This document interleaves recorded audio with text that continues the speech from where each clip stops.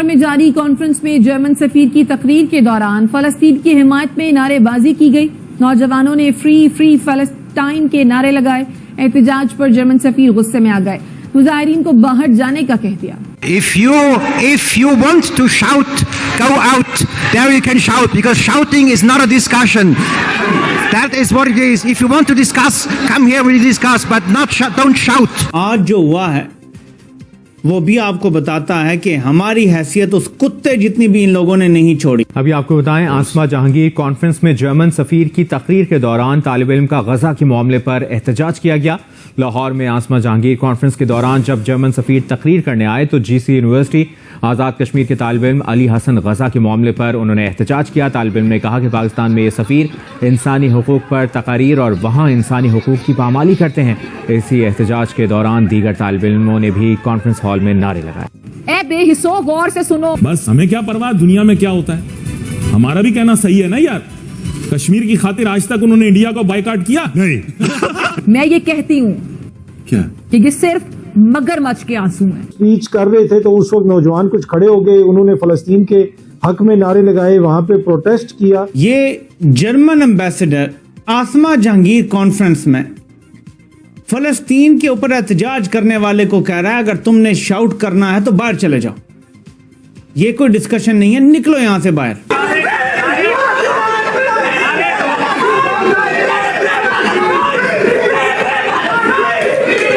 पाकिस्तान के अंदर एक कॉन्फ्रेंस हो रही है और पाकिस्तानी शहरी को एहतजाज करने पर यह कह रहा है कि निकल जाओ यहां से। जिस लहजे में उन्होंने बात किया वो क्या शो करता है? वो शो ये करता है कि ये बर्दाश्त ही नहीं कर सकते कि पाकिस्तान जैसी भूखी नंगी कौम, इनमें इतना फ्रीडम हो कि ये जनाब हमारे सामने खड़े होके। लेकिन जिस तरीके से उन्होंने रिएक्ट किया लाल पीले होके, वो वाकई हैरान कुन बात है। बचपन में सुना करते थे कि अपने घर में तो कुत्ता भी शेर होता है,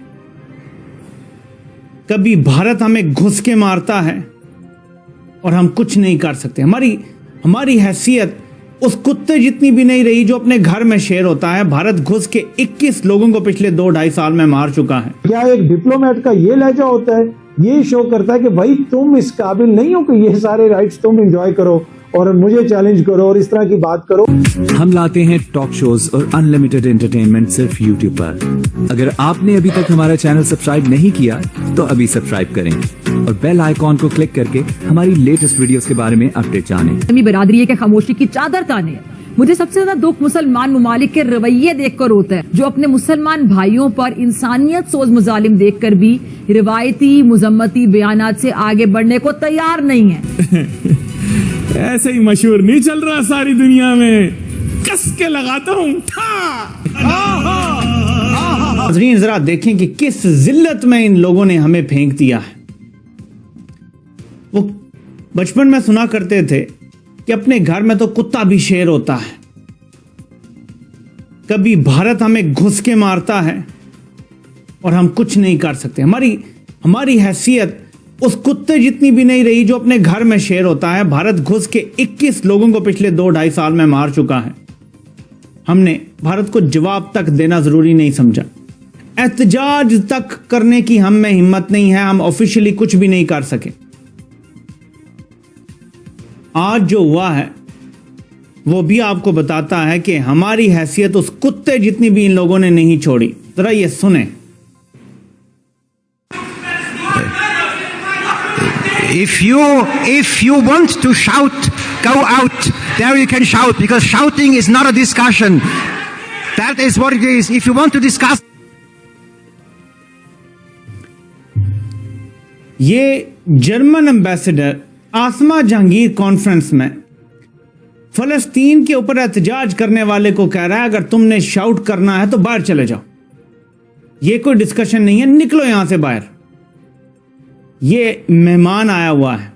पाकिस्तान के अंदर एक कॉन्फ्रेंस हो रही है और पाकिस्तानी शहरी को एहतजाज करने पर यह कह रहा है कि निकल जाओ यहां से।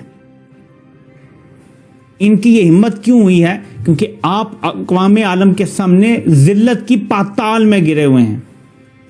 इससे ज्यादा जलील कभी पाकिस्तान नहीं हुआ जितना इस वक्त है, क्योंकि उन्हें पता है पाकिस्तान का हर इदारा पाकिस्तानी अवाम को जलील कर रहा है तो वो क्यों ना जलील करें। जर्मन एम्बेसडर तकरीर कर रहे थे आसमा जहांगीर कॉन्फ्रेंस के अंदर। वहां पर एक नौजवान खड़ा हुआ, उसने कहा कि उसने जर्मनी का जो किरदार है गजा में शहादतों के ऊपर और इजराइल का जो जर्मनी साथ दे रहा है उसके ऊपर उसने कहा कि यहां आप इंसानी हकूक की बात कर रहे हैं, आसमा जहांगीर को खराज तहसीन पेश कर रहे हैं, पाकिस्तान में जारी इंसानी हकूक के ऊपर आप बड़ा गला फाड़ के बात कर रहे हैं।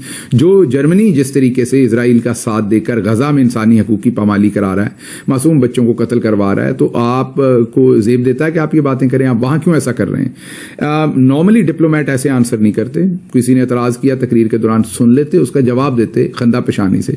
वो तो बिल्कुल ही नवाज शरीफ ही बन गए जो जर्मन एम्बेसडर थे। वो मुझे तो उनकी जो हालत है वो देख के ये समझ आई है विद ऑल ड्यू रिस्पेक्ट कि वो कोई साइकोलॉजिकल प्रॉब्लम लग रहा है मुझे, क्योंकि जिस तरीके से एकदम अगर आप वीडियो में देखें तो वो एकदम अपना टेम्पर लूज करके एकदम गुस्से में आ गए और बिल्कुल आपको नहीं लगता कि किसी वेस्टर्न कंट्री का वो एम्बेसडर। अब आप कहेंगे क्या वेस्टर्न आला और अरफा होते हैं? नहीं, ऐसा नहीं मैं कह रहा। उनके क्योंकि कल्चर में फ्रीडम ऑफ स्पीच और डिफरेंस ऑफ ओपिनियन की बड़ी गुंजाइश होती है, वहां पर बात की जा सकती है, एहतजाज किया जा सकता है। और वो जो भी नौजवान था वो वहां पर कोई पत्थर नहीं फेंक रहा था, कोई गैर कानूनी काम नहीं कर रहा था। ये पूरी दुनिया में कानूनी माना जाता है कि आप खड़े होकर अपनी आवाज बुलंद करके बात कर सकते हैं। हाँ ठीक है, ज्यादा ज्यादा ये कह देते हैं सिक्योरिटी को कि जी मैंने बात करनी है, इनको साइड पे कर दें, उनको हॉल से बाहर ले जाते। लेकिन जिस तरीके से उन्होंने रिएक्ट किया लाल पीले होके, वो वाकई हैरान कुन बात है। और साथ साथ उस नौजवान को सिक्योरिटी वाले वहां थप्पड़ वप्पड़ तो नहीं मार सकते थे क्योंकि मीडिया के कैमरे थे, लेकिन उन्हें नाखून मारे गए, उन्हें जदोकोब किया गया और ये वाली सारी करतूतें भी की गई। जो एक एनजीओ है ऐश्वर्या ट्रस्ट, वो इसी ट्रस्ट के कुछ पास्ट पेशेंट्स और इंडियन मेडिकल प्रोफेशनल्स ने मिलके ये रकम जोड़ के इस खातून को फ्री ऑफ कॉस्ट ये तमाम इलाज कराया और अब वो वापस कराची आ गई। ये बहुत ही अच्छी खबर है। जितना शुक्रिया अदा किया जाए इसमें मेडिकल स्टाफ प्लस एनजीओ का जिन्होंने ये सारा कुछ किया उतना कम है। इससे पहले भी इस तरह के इलाज होते रहे हैं। उसमें तो ये होता था कि कुछ ऐसी टेक्निकल किस्म की चीज़ें जो कि हमारे मुल्क में नहीं हो सकती और इंडिया में हो सकती थी, तो यहाँ पर हमारी जो फॉरेन मिनिस्ट्री है वो भी उसमें एड करती थी, वो रिक्वेस्ट करती थी इंडिया को। इंडिया कई दफ़ा वीज़ा ग्रांट कर देता था और फिर उन केसेस में इंडिया जाकर उस शख्स का इलाज हो जाता था। इसमें एक मशहूर केस और था, लेकिन उसमें जाहिर है उसमें भी तारीफ ही करनी चाहिए, लेकिन वो क्योंकि शख्स ऐसे हैं जिनको पूरी दुनिया में लोग जानते हैं। वसीम अकरम साहब का मैंने सुना था कि जब उनकी जो अहलिया थी पहली जिनका इंतकाल हो गया, तो उनको जब एयर एम्बुलेंस में लेकर जा रहे थे शायद सिंगापुर, जी बिल्कुल, तो रास्ते में उनकी तबीयत ज्यादा बिगड़ गई और प्लेन शायद इंडिया के ऊपर था। जब इन्फॉर्म किया गया तो इंडिया ने कहा कि हालांकि उस वक्त शायद वसीम अकरम साहब के पास और उनकी अहलिया के पास इंडिया का वीजा भी नहीं था, लेकिन उन्होंने कहा जी कि आप यहीं पे लैंड कर दें और हम वो देख लेंगे। उनको फिर मेडिकल असिस्टेंस दी गई, लेकिन वो अनफॉर्चुनेटली सर्वाइव नहीं कर सकी। तो ये बड़ी ही अच्छी बात है। बल्कि सॉरी, इसमें मैं इजाफा कर सकूं तो वसीम अकरम साहब का एक पॉडकास्ट मैं सुन रहा था जिसमें उन्होंने पूरा वाकया बताया। उसमें बताया कि जब हम उतरे जहाज से तो इंडियन स्टाफ खड़ा हुआ था जो जाहिर वसीम अकरम के वहाँ फैंस हैं। उन्होंने कहा जी आप जाएं, फॉर्मेलिटीज पीछे से होती रहेंगी, आप बस पासपोर्ट डॉक्यूमेंट्स देते हमें, आप जाएं।